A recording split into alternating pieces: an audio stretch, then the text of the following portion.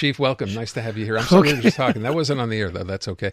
Fady Dagher is Montreal's police chief. I should point out now, can you stay for a couple of minutes? Do you have to run somewhere right away? I always have to run. Yeah, but can you manage like 5-6 more minutes? 5 minutes. 5-6 minutes. Really? Yeah. Okay, because I know we have to pay. If we have to get you parking here in order for you to come today, that's pretty embarrassing for the police chief, for his media team to say he'll only come if we have parking. Yeah, listen. So you're the police chief. You could park anywhere. No, I can't. You're not going to get a ticket. I'm not above the law. No, I can't park anywhere I want. I would go to court to defend you if you got a ticket. Okay, listen. And I would win that case. But let's move on. You called the press conference today. This is something, we talked a lot about when the story first broke. There was a court ruling challenging police in terms of random stops. We know there have been plenty of cases. I've had Phony Emmy on here enough times to talk about people who have been stopped for no reason. More often than not, it's racialized. They are people of color. And it's not being stopped once or twice. It's being stopped 3, 5, 10, 20 times. So today, there was a court ruling, by the way, to say you shouldn't be allowed to do this. We were waiting to see if it would be appealed. Exactly. You had a press conference today. What are you going to tell us? So what I told the people today is that, first of all, there's no more random stop check. From what I told the population is, from now on, the police officer, first of all, as soon as he approach you, if he's in an interpellation, which is police check, he have to let you know why he's approaching you, first of all. Does that mean, like, if standing on the street in a car, it doesn't matter? Doesn't matter. Okay. No. Thank you for the question.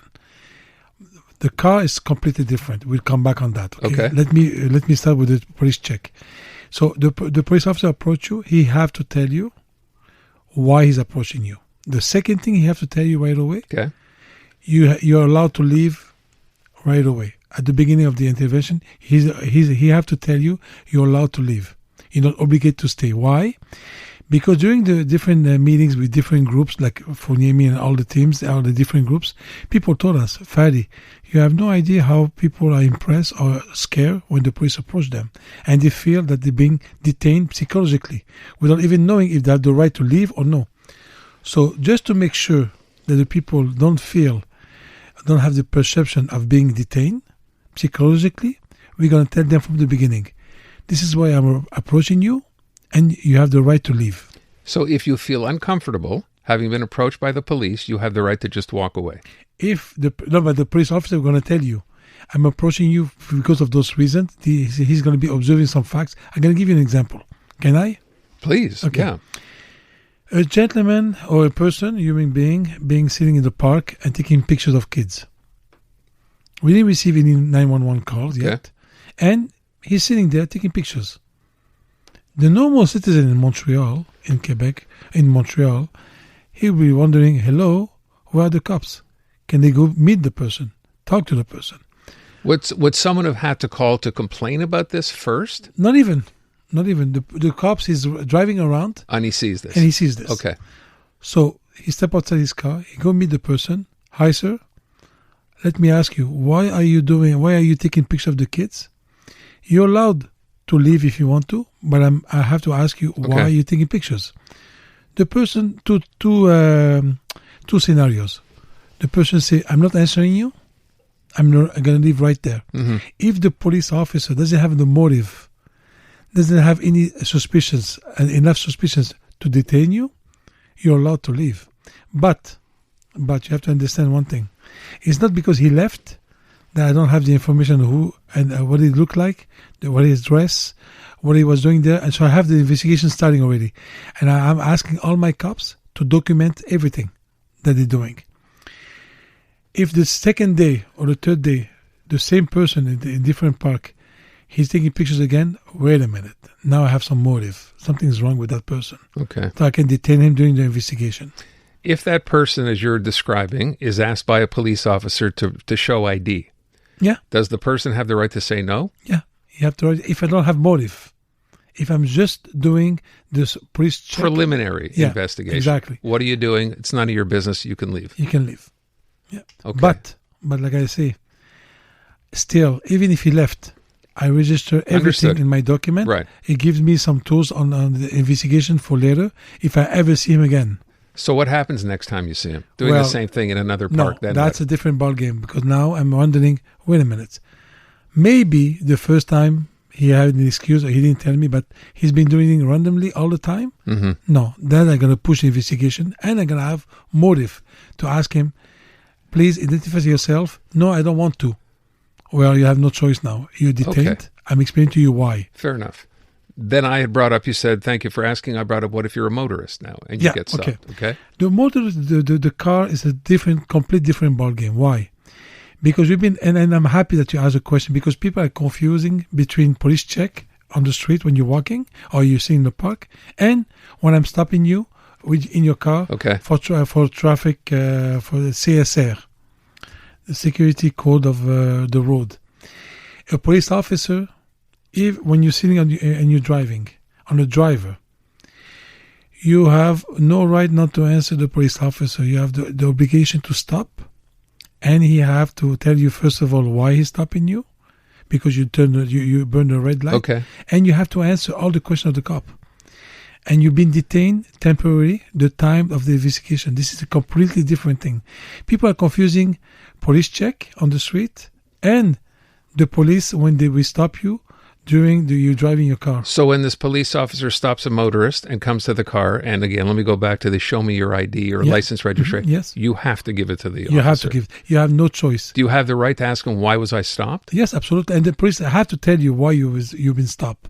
But you have no right to leave without to answer all the questions of the police officer. And before they tell you that you can leave. Yes. And let's say you're a passenger and you're wearing your belt and you didn't do anything wrong, and the police officer asks your ID.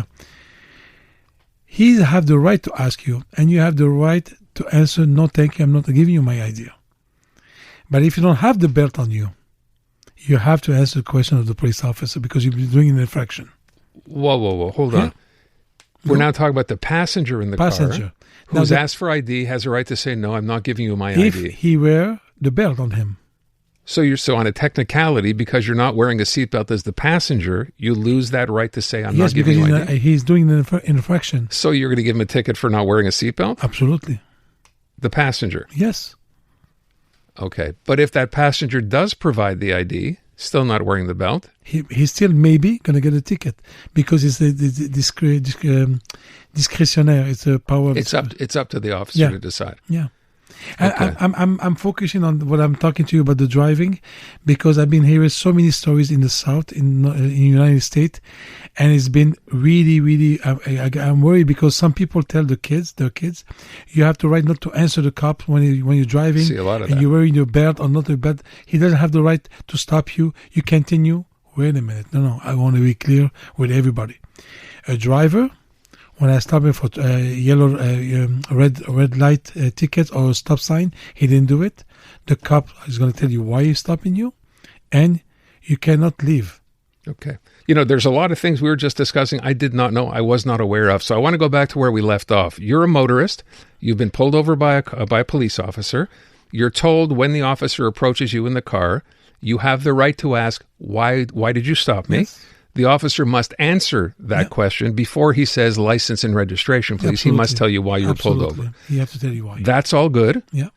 If there's a passenger in your car, and I had no idea this was the case, and that passenger, and the police officer asked the passenger for whatever reason for ID. Yes. Okay.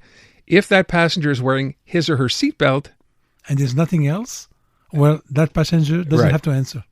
Does not have to answer, does not have to provide ID or anything else. If there's nothing else. However, if that same passenger is not wearing his or her seatbelt, he have to answer. Or he's going to get potentially a ticket for not wearing a seatbelt as a passenger. As a passenger, because he's doing an infraction.